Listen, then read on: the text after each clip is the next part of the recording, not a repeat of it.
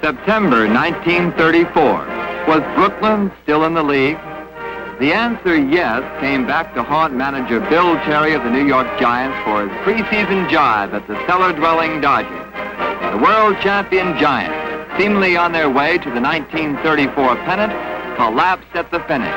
They lost 6 of their last 7 games to the Dodgers, Phillies, and Braves. While the Giants folded, the St. Louis Cardinals came roaring down the home stretch. Day after day, they gained on the New Yorkers.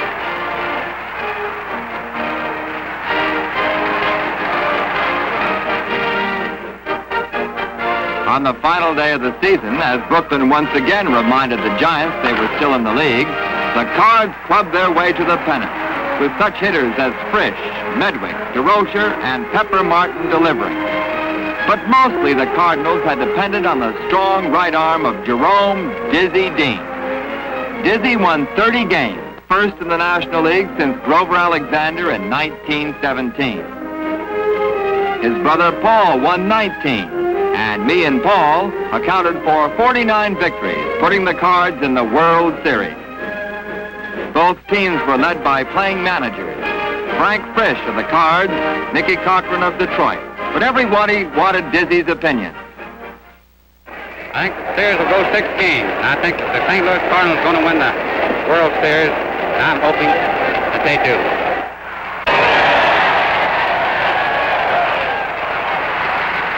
Dizzy wasn't the whole show, but he was the principal actor, fanning Detroit sluggers like Hank Greenberg.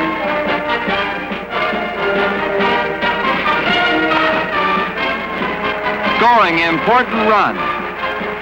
That's Dizzy in the windbreaker.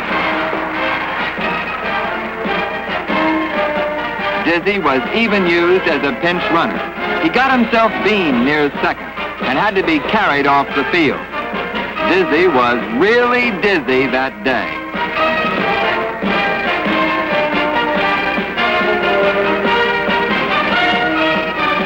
The Paul of Me and Paul was effective too.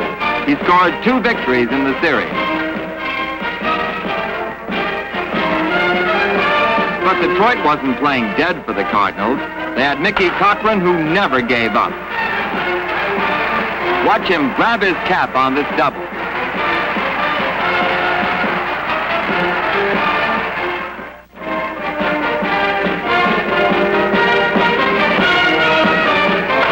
Greenberg made 10 World Series hits, 4 in one game, as the 2 teams each won 3 of the first 6 games.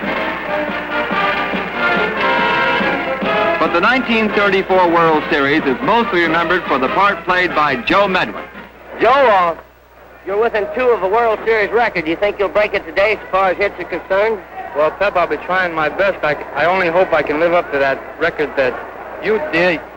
Rather, the series that you had, and I'm sure I will break it. Hello, boy. But Medwick had no idea the role he would play. The 7th game of the series was in Detroit, and there the Cardinals exploded. They blasted Eldon Walker for 7 runs in the 3rd inning. It seemed to the Detroit fans that Cardinals would never stop crossing the plate. But the excitement was far from over. The biggest of all World Series rhubarbs was still to come. It started with Medwick's triple in the 6th inning. Sliding in the 3rd, Ducky tangled with Detroit's 3rd baseman, Marv Owen. We'll give you a better, closer look. Somehow it was the spark that set off the explosion. 40,000 Detroit fans were incensed. And this is what Medwick faced.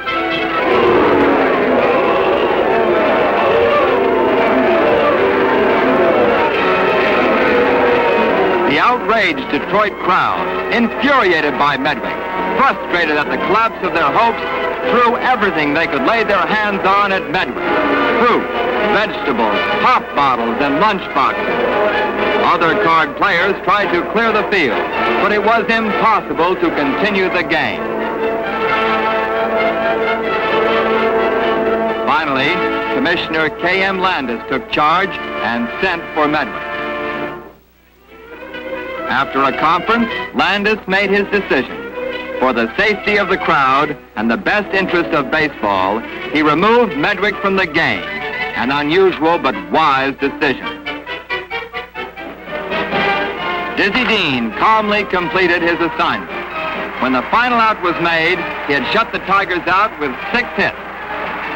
The Cardinals had won the deciding game 11-0.